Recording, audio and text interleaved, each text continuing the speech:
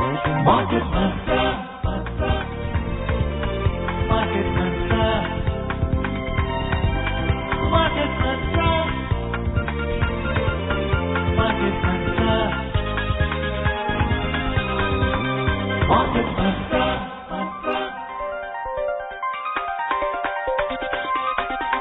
Market Mantra. A very good evening, listeners, and welcome to another edition of Market Mantra, in which we give you a complete update on the economic and business news of the day. And today being Sunday, we'll also be taking calls from you, our listeners, on mutual fund and related issues.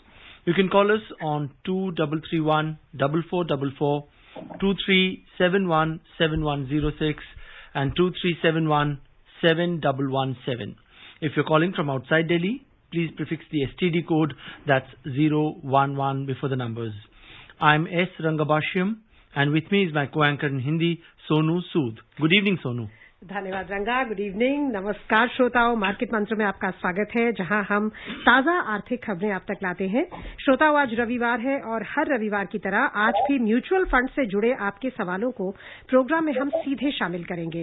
आप हमें phone करके mutual fund से जुड़ी कोई भी जानकारी प्राप्त कर सकते हैं। हमारे फोन नंबर है 23314444, 23717106 और तीसरा नंबर है 23717117। दिल्ली से बाहर के श्रोता इससे पहले एसटीडी कोड 011 भी डायल करें। आपके सवालों के जवाब देने के लिए आज कार्यक्रम में ऑनलाइन आमंत्रित हैं mutual funds expert Dhirendra Kumar. Dhirendra ji नमस्कार, मार्केट मंत्र में आपका स्वागत है। धन्यवाद आपका। और अब सबसे पहले हेडलाइंस के साथ है S रंगाबाश्यम। Thank you, Sonu. The top stories. India and Japan signed 6 agreements. Japan to invest 3.2 lakh crore rupees in India over the next 5 years. And foreign investors pull out nearly 48,000 crore rupees from the Indian capital markets so far in March. Bharat और Japan ने 6 समझौता पत्रों पर किए हस्ताक्षर।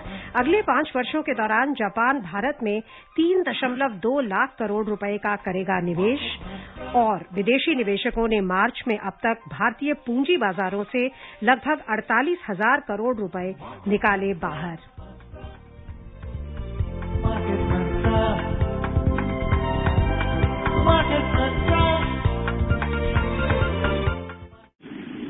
And now for all the details. India and Japan have signed 6 agreements following delegation-level talks between Prime Minister Narendra Modi and his Japanese counterpart Fumio Kishida in New Delhi yesterday evening. These agreements covered the domains of cybersecurity, clean energy, infrastructure development and urban development. Addressing a joint press conference with his Japanese counterpart, Prime Minister Modi said Japan will invest 3.2 lakh crore rupees in India over the next 5 years. Mr. Modi said the world is still grappling with COVID-19 and its side effects. He said there are still hurdles in the process of global economic recovery. Mr. Modi said geopolitical events are also presenting new challenges. Mr. Modi said it is imperative to achieve the goal of sustainable economic growth and tackle the problem of climate change. He said India-Japan Clean Energy Partnership will prove to be a decisive step in this direction. और अब हमारे आज के पहले श्रोता हमारे साथ जुड़ गए हैं। दिल्ली से वरुण है हमारे साथ। नमस्कार वरुण जी, सवाल पूछिए। हेलो। हेलो जी वरुण जी। सर, मुझे ये पूछना है, जो इंटरनेशनल फंड में जो पैसा लेना बीच में सुना था बंद कर दिया, क्या वो दोबारा चालू हुआ? और मुझे दूसरा प्रश्न ये पूछना है, जो लॉन्ग टर्म कैपिटल गेन से जो 10% टैक्स जो है उसको गेन जो है और शॉर्ट टर्म 15%, उससे बचने के लिए कुछ तरीका है क्या 1 लाख का अलावा? Thank you. बल्कि क्या उसमें बढ़ोतरी हुई जो कि विदेशी बाजार में भारतीय म्यूचुअल फंड के लिए जो पैसा लगाने का की जो सीमा थी? नहीं, अभी तक उसमें बढ़ोतरी नहीं हुई है। लेकिन इस वजह से बहुत सारे फंड से पैसा लेना बंद किया था। लेकिन अभी भी बहुत सारे फंड्स हैं, क्योंकि वो एक टेक्निकल तरीके की का सीलिंग है। अभी भी बहुत सारे ईटीएफ में जिसमें कि सीधा अभी भी बहुत सारे फंड पैसा लगा रहे और वो सीलिंग के तहत नहीं आता है। उसके अलावा पिछले सप्ताह एक बड़ी बदलाव हुई सबसे बड़ा फंड जो कि अपने फंड का करीब 30% उसका विदेशी बाजार में पैसा लगा हुआ है और उसका बड़ा जबरदस्त प्रदर्शन रहा है। आम निवेशकों ने इसमें बड़ा पैसा लगाया है। पराग पारेख का जिसने पैसा लेना बंद कर दिया था, केवल SIP के जरिए उसमें निवेश करना संभव था, उस फंड ने अब पैसा लेना शुरू कर दिया है। हालांकि नया पैसा अभी विदेशी बाजार में नहीं लगाएगा, लेकिन उन्होंने पैसा लेना शुरू कर दिया है। और आपका दूसरा सवाल कि किस तरह से कैपिटल गेन से बचा जा सकता है, नहीं, कैपिटल गेन से नहीं बचा जा सकता है। अगर शॉर्ट टर्म है तो 15%, लॉन्ग टर्म है तो 10%, लेकिन इसको प्लान किया जा सकता है। जैसे अगर आपके पास कोई निवेश है और जिसमें अभी तक नुकसान हो गया, अगर उसका दाम गिर गया आपके खरीदने के बाद और आप उसको भी होल्ड करना चाहते हैं, मार्च 31 के पहले अगर वो 1 साल नहीं हुआ है, अगर आप उसको बेच देते हैं और फिर दोबारा खरीद लेते हैं, तो आपका एक तरफ से नुकसान हुआ कागज पे और आपने दोबारा खरीद लिया, और इस नुकसान को आपके फायदे से ऑफसेट किया जा सकता है। तो इसका मैं एक उदाहरण दूंगा। जैसे आपने किसी कंपनी का शेयर खरीदा था 10 रुपए में और उसका दाम अभी 8 रुपया हो गया है और आप इसको होल्ड करना चाहते हैं काफी समय के लिए। अगर आप इसको अभी बेच देते हैं और कल फिर दोबारा खरीद लेते हैं, तो आपका 2 रुपए का नुकसान आपके खाते में आ गया। अब आपका 2 रुपए का अगर मुनाफा है, शॉर्ट टर्म गेन है, तो उसको ये 0 कर देगा और आप अपना निवेश जारी रखेंगे। तो थोड़ा बहुत प्लान किया जा सकता है इस तरह के टेक्निक, लेकिन छुपाया जा सकता है, चुराया जा सकता है, बिल्कुल नहीं। Okay, let's go across to Prakash again from Delhi. Good evening, Prakash, and welcome to Market Mantra. हाँ, नमस्कार मार्केट मंत्रा टीम को और धीरेन्द्र जी को भी नमस्कार। Go ahead with your question. Sir, मेरा ये प्रश्न ये है कि मैं आज तक कभी इन्वेस्ट किया नहीं म्यूचुअल फंड में। क्या मेरे पास इंटरनेट बैंकिंग नहीं है, क्या मैं ऑफलाइन में फिजिकल में जाके इन्वेस्ट कर सकता हूँ SIP? और जी हाँ। और नंबर 2, क्या मैं डिफरेंट म्यूचुअल फंड के लिए क्या मुझे डिफरेंट जगह फॉर्म भरने पड़ेंगे उनके, और फिर उनको बंद करना हो तो कैसे बंद कर सकते हैं? जी हाँ, होने पे थोड़ी समस्या होगी, आपको अलग अलग फंड कंपनी में अलग जाना पड़ेगा। अगर ऑनलाइन बैंकिंग की सुविधा अगर आपके पास हो, तो एक म्यूचुअल फंड का कोऑपरेटिव है जिसको म्यूचुअल फंड यूटिलिटी का NFU कहा जाता है, उनके वेबसाइट पे आप किसी भी फंड में निवेश कर सकते हैं और उसी के जरिए आप अपना पैसा निकाल भी सकते हैं अगर आपने निवेश किया, और रिडीम कर सकते हैं।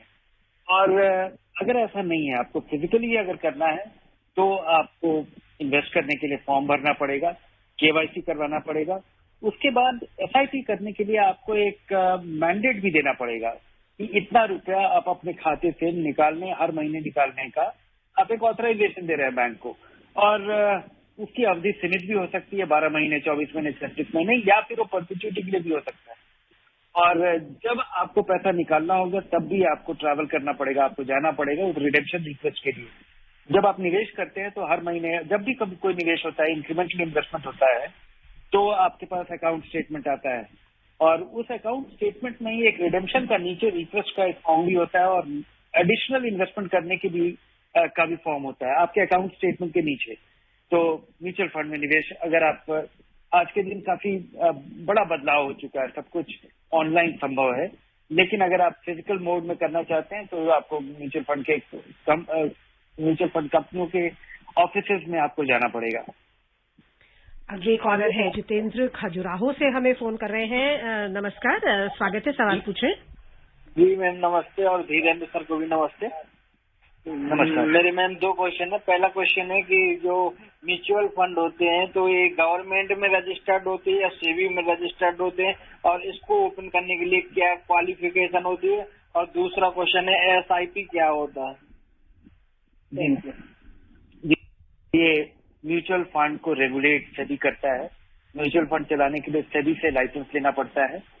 म्यूचुअल फंड का लाइसेंस लेने के लिए, एसेट मैनेजमेंट कंपनी सेटअप करने के लिए जो लाइसेंस मिलता है, उसके कुछ नॉर्म्स हैं कि एक कोई म्यूचुअल फंड शुरू करने के लिए एक स्पॉन्सर होना चाहिए और उसका एक क्रेडिबल हिस्ट्री होना चाहिए, उसका 3 साल का प्रॉफिट मेकिंग ट्रैक रिकॉर्ड, और उसके जो प्रमोटर हैं वो स्पॉटलेस होने चाहिए। उनके ऊपर अगर किसी तरह की ऐसी कार्रवाई की है तो अब उनका फिट एंड प्रॉपर एनालिसिस, एक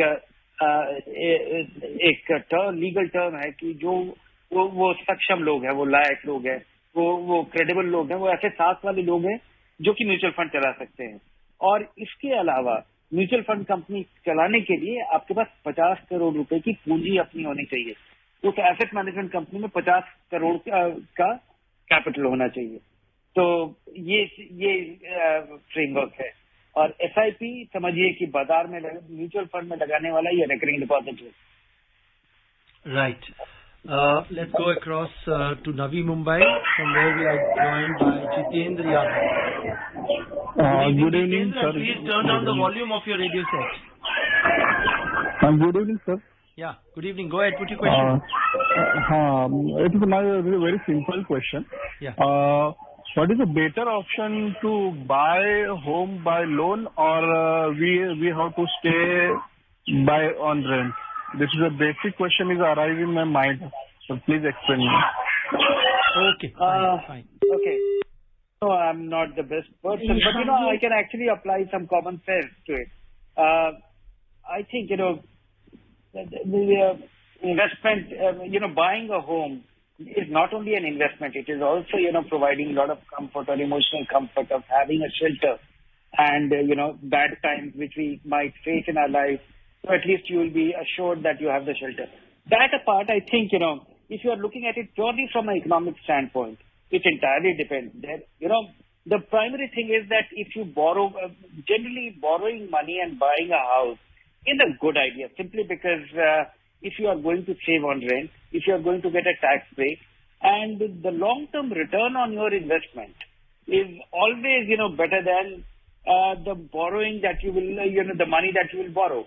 The long-term borrowing for a home loan is relatively cheaper, and if it fits into your economic framework, like if it is not exceeding 1/3 or 1/4 of your monthly income, and paying that, and you start saving on rent as well, by all means, have the shelter as well.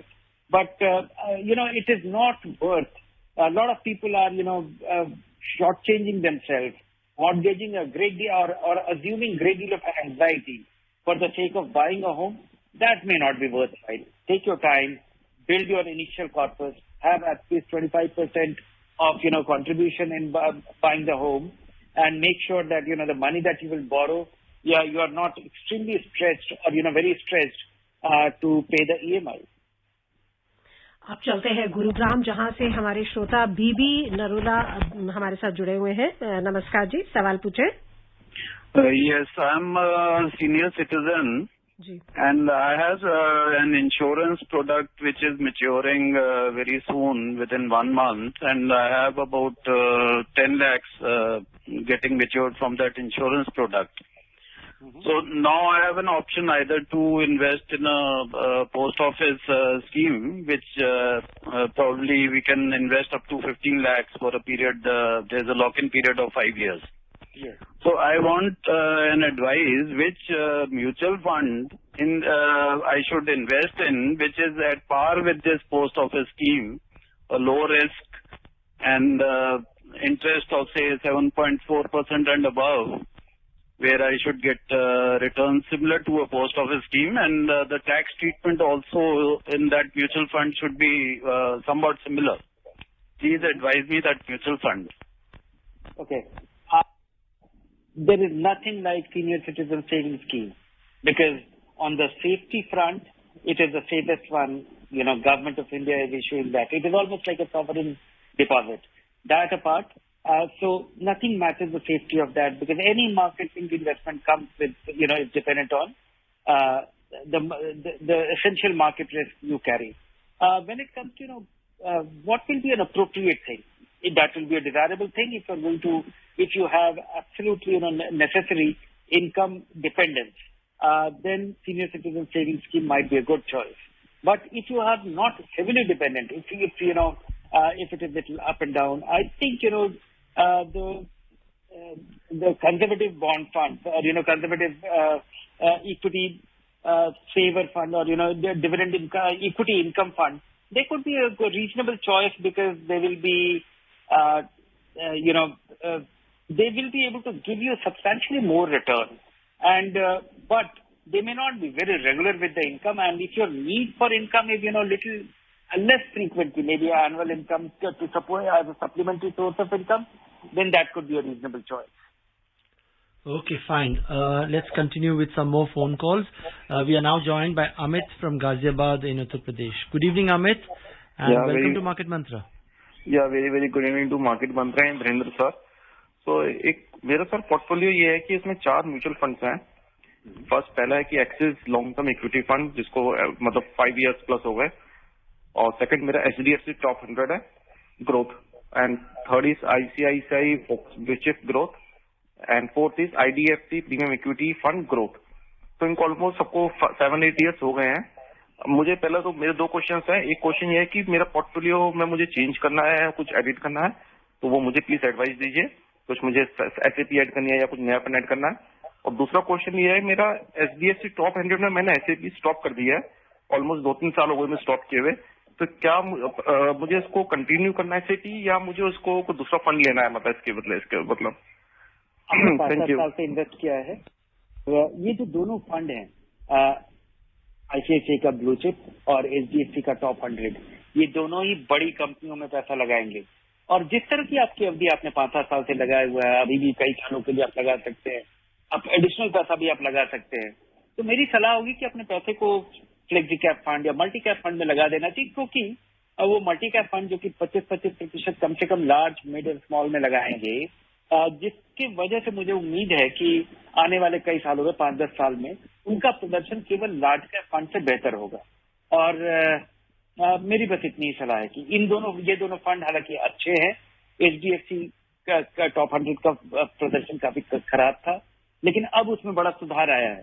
तो ये अच्छा समय होगा ये बदलाव करने के लिए. आइए चलते हैं मध्य प्रदेश, जहां सागर से हमारे श्रोता विपिन हमारे साथ जुड़े हैं. नमस्कार जी, सवाल पूछिए. जी नमस्कार, मैं विपिन सागर से बात कर रहा हूँ. मेरे एक सवाल था, जो अभी मार्केट में यूक्रेन और रशिया के कारण, युद्ध के कारण कुछ प्रभाव पड़ रहा था. अभी चाइना और साउथ कोरिया में कोविड आ रहा है, इससे भी कोई मार्केट पे फर्क पड़ सकता है क्या? Yes Dhirendra, what is your outlook? जी हाँ, बाजार में नहीं, I don't know about the outlook, लेकिन ये बाजार में जो कुछ भी दुनिया भर में होता है उसका थोड़ा बहुत असर पड़ता रहता है. और लेकिन ये ट्रेडर्स के लिए है और उसको गेस करना बड़ा मुश्किल है, क्योंकि इन इवेंट्स को गेस करना और इनका मैग्नीट्यूड गेस करना, इनका असर क्या होगा, ये बहुत सारी चीजों का असर होता रहता है. तेल के दाम बढ़ गए, घट गए, और ये असल सचमुच में होता है, लेकिन कम समय में, 4 दिन में, 5 दिन में, या जिस दिन ये पता चलता है उसके अगले दिन जो बाजार का रिएक्शन होता है उस पर भरोसा नहीं किया जा सकता है. अगर आप अभी देखें कि पिछले सप्ताह बाजार में गिरावट का दौर था. एक दिन तो ऐसा था जिस दिन भारतीय बाजार 5% एक दिन में गिरा था जी. और अगर हम पिछले सप्ताह की बात करें तो इसी सप्ताह में फ्राइडे एंडिंग हमारे फंड्स में करीब 2 से 5% की वृद्धि फंड्स में देखी जा रही है. तो कम समय में बाजार को गेस करना बड़ा मुश्किल है और इन चीजों का असर होगा. हो सकता है बड़ा फायदे, कुछ चीजों की वजह से हमें फायदा हो, कुछ चीजों का हमें नुकसान हो, लेकिन इस पे आप बैंक नहीं कर सकते. भरोसा तो केवल आप अपने प्लान पे कर सकते हैं कि लंबे समय का पैसा हो, धीरे धीरे लगाएं, गिरते बाजार में पैसा निकाले नहीं, गिरते बाजार में अपना ज्यादा पैसा लगाएं अगर संभव हो तो. और यही आपके हाथ में है. और अगर 4-5 साल 6 साल में आपकी कोशिश ये होनी चाहिए, आपकी जरूरत ये है कि महंगाई दर से आपका पैसा रफ्तार से बढ़े, और अच्छा होगा ये महंगाई दर से. और फिक्स्ड इनकम रेट जो हमारे यहाँ जो सॉवरेन जो रिस्क फ्री रिटर्न जो अवेलेबल है बाजार में, वो भी काफी अच्छा है लोगों के लिए. वो 7.7% है, जो कि काफी अच्छा माना जाएगा. उससे ज्यादा आपको रिटर्न मिलना चाहिए और उसका एक ही तरीका है कि आप इक्विटी में लगाएं और इसी तरीके से लगाएं. Right. Joining us next is one of our regular callers on the show, SPS Jain from Greater Noida. Good evening, Mr. Jain. हाँ, गुड इवनिंग. नमस्कार धीरेन्द्र जी को और आप सभी को. अभी धीरेन्द्र जी ने एक सवाल के जवाब में बताया था कि शॉर्ट टर्म लॉस अगर है तो उसको बेच दीजिए और दूसरे दिन खरीद लीजिए. तो इससे थोड़ा मेरा मैथमेटिक्स कंफ्यूजन हो गया है कि इसमें शॉर्ट टर्म में तो आपको एग्जिट लोड भी लगेगा और उससे आपको अच्छा खासा नुकसान हो जाएगा. इसको काइंडली क्लैरिफाई दिस. जी हाँ, एग्जिट लोग ध्यान में रख करके ये सारा ट्रांजैक्शन करें, ये बिल्कुल लगेगा. और लेकिन कई बार आपके पास लॉस होता है लॉन्ग टर्म, अगर आपके पास लॉन्ग टर्म गेन है, लॉन्ग टर्म लॉस, हाँ, तो देखते हुए 1% जरूर लगेगा, और वो देखते हुए आप उस तरह के फंड, और बहुत सारे फंड में एग्जिट लोड नहीं भी है, तो आप देखें कि आपको एग्जिट लोड का नुकसान ना हो। रवि है भिलाई से हमारे अगले श्रोता, उनसे बात करने से पहले आपसे आग्रह है हमारे साथ बने रहिए। आपको बता दें कि लगातार छठे महीने विदेशी निवेशकों ने भारतीय पूंजी बाजारों में बिकवाली का सिलसिला जारी रखते हुए मार्च के महीने में अब तक लगभग 48,000 करोड़ रुपए बाहर निकाल लिए हैं। डिपॉजिटरीज के आंकड़ों के अनुसार विदेशी पोर्टफोलियो निवेशकों एफपीआई ने मार्च के पहले 2 सप्ताह में इक्विटी बाजारों से 42,079 करोड़ रुपए निकाले और ऋण बाजारों से 5,810 करोड़ रुपए निकाले, जिसके चलते कुल शुद्ध निकासी 47,889 करोड़ रुपए रही। इससे पहले एफपीआई ने फरवरी में 38,000 करोड़ रुपए से अधिक, जनवरी में लगभग 28,000 करोड़ रुपए, दिसंबर में 30,000 करोड़ रुपए, नवंबर में 2,500 करोड़ रुपए और अक्टूबर में लगभग 12,700 करोड़ रुपए भारतीय पूंजी बाजार से बाहर निकाले थे। And we have Ravi from Bhilai. Good evening, Ravi. हाँ जी, गुड इवनिंग। अभी जैसे सोनू जी पढ़ी रही थी कि ये जो एफडीआईज और जो विदेशी निवेशक हैं वो इतने सारे पैसे निकाल चुके हैं जी, और उसके बाद भी मार्केट जो है वो उसको सस्टेन कर गया, उतना उसके कारण कोई गिरावट नहीं आया। तो मेरा क्वेश्चन ये है कि ये जो अभी इसका मतलब ये हुआ कि रिटेल इन्वेस्टर्स जो भारतीय या ग्लोबल रिटेल इन्वेस्टर्स का जो है इसमें दारोमदार है, तो ये अभी अपने जो मार्केट का जो पैटर्न है इसमें कोई फर्क हम बता सकते हैं क्या? इसका कोई स्टडी हुआ है क्या कि उनके और रिटेल के? यस, ब्रॉडली मैं आपको जिस तरह का पैसा विदेशी निवेशकों ने पिछले 3-4 महीने में निकाला है, इसी तरह का पैसा जब निकाला गया था 2008 में, तो बाजार में करीब 60% की गिरावट हुई थी। हमारा सेंसेक्स 20,000 से घट करके 8,500 तक पहुंच गया था। तो इस बार वैसा असर नहीं हो रहा है, ऐसा असर नहीं हो रहा है। उसके कई कारण हैं। एक तो कि भारतीय छोटे निवेशक कुल मिलाकर के हर महीने करीब 10-11 हजार करोड़ से ज्यादा हर महीने एसआईपी के जरिए इक्विटी फंड से पैसा लगाते हैं। इसके अलावा बहुत सारा पैसा इक्विटी फंड में एसआईपी के जरिए लगता है, जो कि एसआईपी की तरह रिकॉर्ड नहीं होता। उसका भी मुझे लगता है कि तादाद 1-1.5 हजार करोड़ रुपया होगा। इसके अलावा employ provident fund organisation EPFO, वो पैसा इक्विटी में उन्होंने लगाना शुरू किया है और वो एक इंडेक्स फंड में लगता है। और आपने देखा होगा कि जो भारत का सबसे बड़ा फंड सबसे कम समय में वो इंडेक्स फंड ईपीएफ हुआ है, और वो उसी वजह से हुआ है, ईपीएफओ का पैसा लगाने की वजह से। इसके अलावा एनपीएस का भी पैसा लगता है। तो भारतीय बाजार में पहले इस तादाद में पैसा लगातार नहीं लगता था। और इस पैसे में एक और भी खास बात है, जब आप विदेशी निवेशक पैसा लगाते हैं और पैसा निकालते हैं, लेकिन भारतीय निवेशकों का ये जो पैसा लग रहा है, और खासकर एम्प्लॉय प्रोविडेंट फंड और छोटे निवेशकों का भी पैसा जो एसआईपी के जरिए लग रहा है, वो लग रहा है लेकिन निकल नहीं रहा है, और काफी सारा पैसा लगा ही रह जाएगा कई सालों के लिए। तो ये स्टेबल पैसा जो कि बाजार में लगातार आ रहा है, उस वजह से बाजार में बड़ा भारी स्टेबिलिटी आया है, और इसमें ये रफ्तार अभी भी जारी है बाजार के उतर पुतर के बावजूद। Right. Well, listeners, you are tuned in to our phone-in edition of Market Mantra. And just to remind our phone numbers are 2331-4444, 2371-7106 and 2371-7117. If you're calling from outside Delhi, please prefix the STD code, that's 011 before the numbers. And before we take more calls, let's take a look at some of the other news items that we are tracking for you this evening. Highlighting the increase in sugarcane production in the country, Union Minister for Road Transport and Highways Nitin Gadkari today underscored the need for reducing consumption of sugar and instead using it to produce ethanol. He said this while addressing the Sugar and Ethanol India Conference 2022 in Mumbai. The conclave is being organized by Chini Mandi, news and information portal for the sugar and allied industries. The meeting seeks to bring together leading domestic and global industry experts to discuss the top challenges and risk response strategies in domestic and global sugar trade and the way forward to building a more innovative and sustainable sugar and ethanol sector in India. Mr. Gadkari said although now the sugarcane production is on the rise, but cautioned that the same situation will not prevail in the years to come, and as a reason, conversion of sugar to ethanol should be done at a fast pace. The minister said the total petroleum imports in India at present is 8 lakh crore rupees, which is expected to become 25 lakh crore rupees in the next 5 years. और अब हमारे अगले collar है जयंत दिल्ली से। जयंत जी आपका स्वागत है। जयंत जी आपसे आग्रह है कि आप अपना जो रेडियो है उसका वॉल्यूम प्लीज हल्का कर दीजिए। हाँ जी मैडम, मैं जयंत कृष्णा बोल रहा हूँ from Delhi. I wanted to know from mister Dhirendra as to what should be the allocation of in different fund houses, say percentage wise. If I was to invest 100 rupees, how much should be in different fund houses? Yes, so it is also a matter of scale. If you're a very small investor, and it might be more complicated to spread your money over many fund companies. But I think you can be very meaningfully diversified with 4 or 5 fund companies, and that's about it. Right. And वो 4 or 5 fund houses, you feel कि they should be of different categories, mid cap, large cap? No, that is entirely, one should decide on where you should want to invest. Because you are achieving the same goal in a multiple, mutual funds, you can achieve the same goal of reasonable diversification, or, diversification of the kind which you want.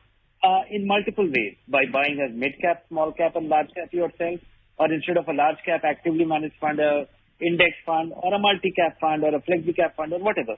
And maybe, a flexi-cap fund coupled with 1 or 2 small-cap funds. So that you decide. But after you have done that, then I think, make sure that your money is spread over 3-4 companies, because that diversification is also very important. Because I have seen that many investors who try and focus or get their money concentrated in one fund company, and when it goes out of favor, all your funds suffer. Right. And joining us next is Shankar from Bhopal. Good evening, Shankar. And please ask your question quickly. We are moving towards the end of the program. Sir, recently I switched from SBI Gold ETF to Gold Fund to SBI Flexi Cap Fund. So I want to know if I will get the same day values for both sale as well as purchase, or there will be some difference. Basically, I switched on the day when there was a big fall because of Ukraine news, bad news. Thank you. No, to actually put your redemption request, that day you will be able to realize the value of the fund where you were invested. But SEBI imposes, in case of systematic or, switching your money from one fund to another, it will be treated as if your money will go to work after realizing. Because if you would have redeemed your money in the gold fund, you would have got your money after 2 days. Though you would have got the value of that day, but you would have got the money after 2 days. So you will get the subsequent allotment of, 2 days later.